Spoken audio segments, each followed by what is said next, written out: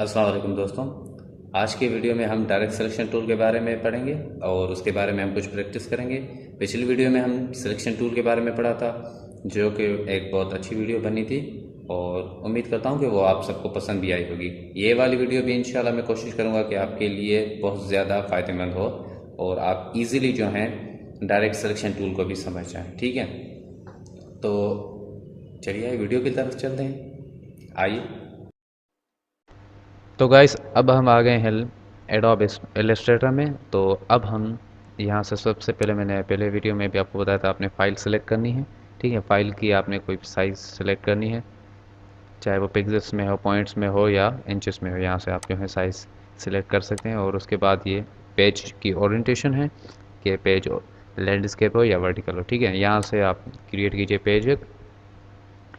तो अब हम आते हैं डायरेक्ट सिलेक्शन टूल पे। ठीक है, पहले हमने पढ़ा था सिलेक्शन टूल। ठीक है, सिलेक्शन टूल और डायरेक्ट सिलेक्शन टूल में अगर आप साइन में डिफरेंस देखें तो जो सिलेक्शन टूल है उसका जो मतलब एक कलर है, उसका जो मतलब वाइट स्ट्रोक है और ब्लैक कलर है, और जो डायरेक्ट सिलेक्शन टूल है इसका जो कलर है वो वाइट कलर है।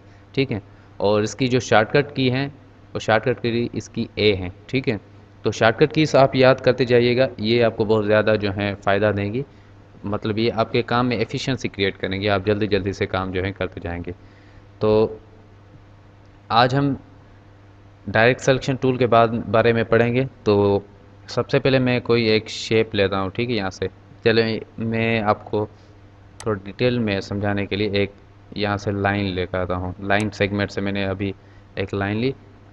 मैंने आपको पहले भी बताया था, अगर आप शिफ्ट को यूज़ करेंगे, अब देखें ये लाइन थोड़ी सीधी नहीं है और ये थोड़ी ऊपर की तरफ जा रही है। अगर आप शिफ्ट को यूज़ कर कर कोई भी अगर आप लाइन जो है, मैं फिर से इसको सेलेक्ट करता हूँ और यहाँ से शिफ्ट और सीधी यहाँ देखें। अब लाइन अगर मैं ये अपना माउस इधर उधर कर रहा हूँ तब भी फिर भी ये लाइन जो है बिल्कुल सीधी जा रही है। ठीक है, तो अब हम आते हैं डायरेक्ट सिलेक्शन टूल पर। ठीक है, अब आप देखें, इसका मैं थोड़ा स्ट्रोक बढ़ा देता हूँ फ़िलहाल के लिए, ताकि फिर आपको भी आसानी हो।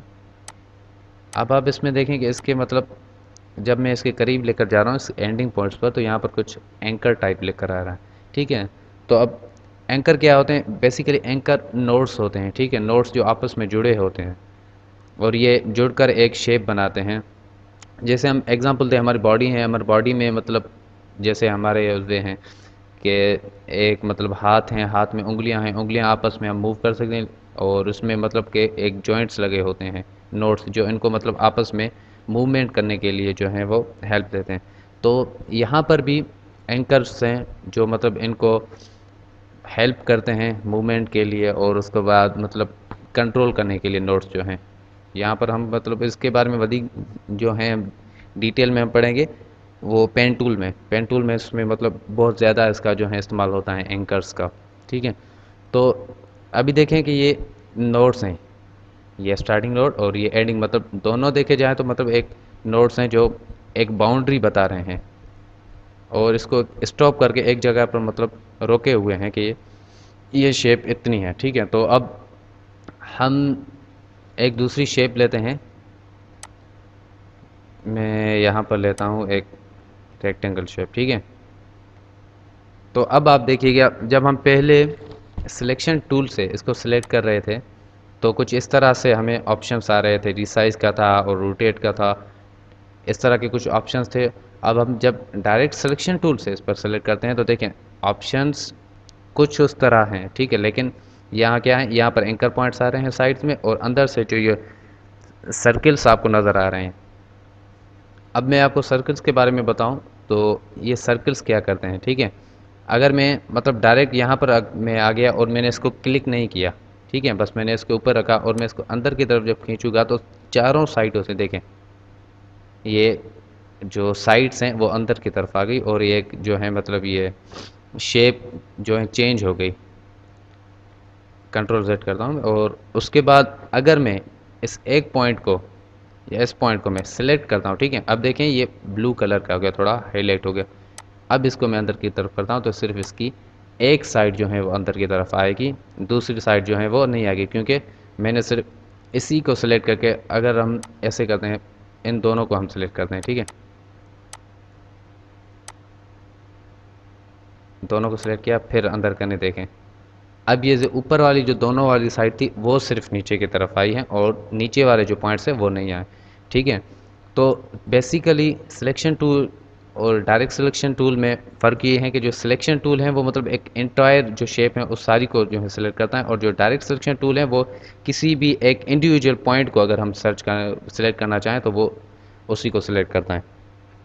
तो इसमें भी मतलब कॉपी भी ये करना है डायरेक्ट सिलेक्शन टूल, जैसे वो सिलेक्शन टूल कॉपी भी कर रहा था, इससे भी हम किसी भी किस्म की मतलब कॉपी बना सकते हैं। अब इस शेप की अगर मैं कॉपी बनाना चाहूँ तो ठीक है, अब देखें इसकी भी ये कॉपी बन गई। और मेन चीज़ ये देखिएगा कि पहले क्या था उसमें डायरेक्ट सिलेक्शन टूल में कि मतलब वो रिसाइज कर रहा था और रोटेशन चेंज कर रहा था। इसमें अगर हम किसी भी पाथ को हम सिलेक्ट करते हैं, ठीक है, ये पाथ है। अब इस पाथ को अगर मैं ऊपर की तरफ करूँ तो ये शेप ऊपर की तरफ होगा, मतलब ये रिसाइज हो रहा है लेकिन उसी पॉइंट से होगा जिस पॉइंट से हम उसको सिलेक्ट कर रहे हैं, उसी पाथ से होगा, सिर्फ वो पाथ होगी। ये मतलब एक साइज़ भी बढ़ रही है। अगर मैं इसकी जो जो है यहाँ से मैं सिलेक्ट करके, ठीक है, अंदर की तरफ करता हूँ, अब देखें ये एक अलग शेप बन गई। मतलब कोई शेप खास तो नहीं है लेकिन एक अजीब किस्म की दूसरी शेप बन गई। ऐसा कर लें आप, अगर इसको पकड़ के ऐसे करें, मतलब एक पॉइंट को किसी पॉइंट को आप पकड़ कर दोनों पॉइंट्स को भी आप अगर सिलेक्ट करें या यहाँ पर बीच में क्लिक करके भी आप ड्रैग करें तो देखें दोनों पॉइंट्स भी वो सिलेक्ट हो रहे हैं, ठीक है। तो यहाँ तक तो काफ़ी बात जो है क्लियर है डायरेक्ट सिलेक्शन टूल के बारे में।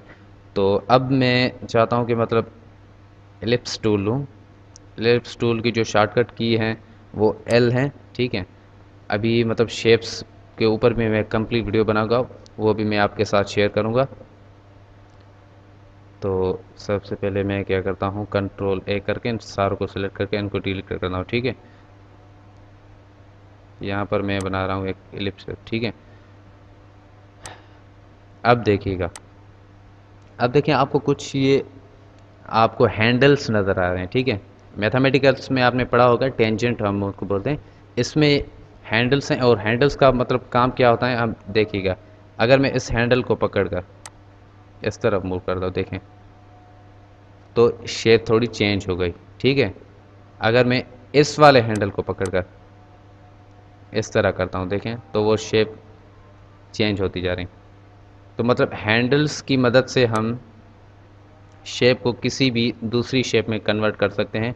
और अगर हम इन हैंडल्स को डिलीट कर दें, ऐसे मैंने इसको सिलेक्ट किया और मैं डिलीट लगा दूँ तो ये शेप ऊपर की जो मतलब शेप थी वो डिलीट हो जाएगी, ठीक है। तो आप डिलीट मत कीजिएगा, आप और कुछ काम इनसे कर देखें। इससे मतलब बहुत सारे काम आप कर सकते हैं हैंडल्स को कंट्रोल कर कर। तो अब हम क्या कहते हैं, इसको हम थोड़ा ऊपर की तरफ लेकर जाते हैं, ठीक है। थोड़ा मज़ीद करते हैं यहाँ पर, ठीक है।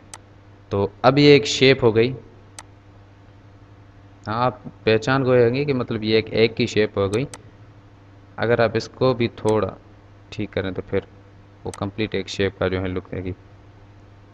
तो बस थोड़ा सा, ज़्यादा नहीं, ठीक है। थोड़ी बाहर से हैं, थोड़ी आप इसको ठीक कर सकते हैं। आप देखें ना, आप इसको यहाँ से पकड़कर अगर आप ऊपर की तरफ करना चाहें तो ये शेप उससे भी कंट्रोल होगी। अगर आप हैंडल्स को पकड़ें, हैंडल्स की मदद से भी आप जो है शेप में चेंजिंग्स कर सकते हैं। शेप को आप किसी भी डायरेक्शन में चेंज कर सकते हैं, कोई भी आप शेप में कुछ भी चीज़ कर सकते हैं। मतलब वो ऐसी चीज़ हो जो मतलब कुछ लगे कि हाँ ये चीज़ है। जैसे अब ये मैं कुछ बना रहा हूँ लेकिन हो नहीं रहा, ठीक है। तो मतलब मैं इन्हें एक ये एक बनाने की कोशिश की। और आप भी बहुत सारी शेप्स को जो मतलब प्री डिफाइंड शेप्स हो उनमें आप जो है चेंजिंग्स कर सकते हैं डायरेक्ट सिलेक्शन टूल की मदद से, ठीक है। तो इसमें कॉपी भी हो रहा है, मूव भी हो रहा है। आप इसको किसी भी शेप को जो है, लेकिन देखें ना यहाँ पर एक चीज़ है कि अगर आप पाथ को सिलेक्ट कर कर इधर उधर करेंगे तो वो शेप जो है कोई और चीज़ बन रही है, मतलब वो किसी दूसरी शेप में कन्वर्ट हो रहा है। या आप कहें कि मतलब वो वहाँ से अपनी जो है साइट छोड़कर किसी दूसरी जगह में जा रहे हैं। तो कोशिश कीजिएगा कि आप कुछ अच्छा बनाइएगा। हाँ, मेरा मतलब वीडियो बनाने का मकसद ये है कि मतलब आपको थोड़ा आइडिया दूँ इस डायरेक्ट सिलेक्शन टूल के बारे में। तो यहाँ तक काफ़ी बात क्लियर है। अभी जैसे हम देखें, इसमें एक दूसरा बना दें। यहाँ से अगर आप इसको, जैसे मैंने इसको बताए थे नोट्स, अगर आप इसको अंदर की तरफ करते हैं, मतलब ये इसमें आप देखें, इसमें इसकी लिमिट भी होती हैं, ठीक है। लिमिट क्या होती हैं आप देखिएगा। अब जो देखें ना आपने, यहाँ पर देखिए लाइट जो है कलर हो गया रेड कलर का, मतलब कि समझे ये इसकी लिमिट है, इससे आगे ये नीचे नहीं आ सकता, ठीक है। इससे आगे ये नीचे नहीं आ सकता। तो वैसे तो हम डायरेक्ट सिलेक्शन टूल से, जैसे मैं इसको ऐसे पकड़ लूँ, ठीक है, और इसको अंदर की तरफ खींचूँ सिर्फ इसी पॉइंट को, तो ये देखें बिल्कुल अंदर की तरफ आ रहा है। जहाँ भी मैं मूव करूँ जा रहा है। इसमें मतलब आप कुछ भी चीज़ें कर सकते हैं, आप कुछ भी इसमें बना सकते हैं। बहुत सारी चीज़ें हैं जो डायरेक्ट सिलेक्शन टूल से आप जो हैं कंट्रोल कर सकते हैं। और मज़ीद जब आप पेन टूल का जो वीडियो आएगा उसमें आप जो मज़ीद चीज़ें सीखेंगे, पेन टूल को सीखेंगे, तो फिर आपको मतलब कुछ ज़्यादा ही आइडिया हो जाएगा डायरेक्ट सिलेक्शन टूल के बारे में। तो उम्मीद करता हूँ कि आपको ये वीडियो पसंद आई होगी। और वैसे तो इस मतलब वीडियो में मैंने कोई स्पेसिफिक शेप सिर्फ एक बनाई, दूसरी नहीं बनाई, मतलब सिर्फ मैं आपको ये बताना चाहता था कि डायरेक्ट सिलेक्शन टूल से आप किसी भी मतलब पाथ को भी चेंज कर सकते हैं। और जो इसके मतलब जो दूसरे फंक्शंस हैं, अभी आगे के वीडियोस में भी आप पढ़ेंगे, तो उनको भी आप जो है काफ़ी हद तक जो है एडिट कर सकते हैं, ठीक है। तो अपना ख्याल रखिएगा और वीडियो को लाइक ज़रूर कीजिएगा और चैनल को ज़रूर सब्सक्राइब कीजिएगा। अपना ख्याल रखिए। अल्लाह हाफ़िज़।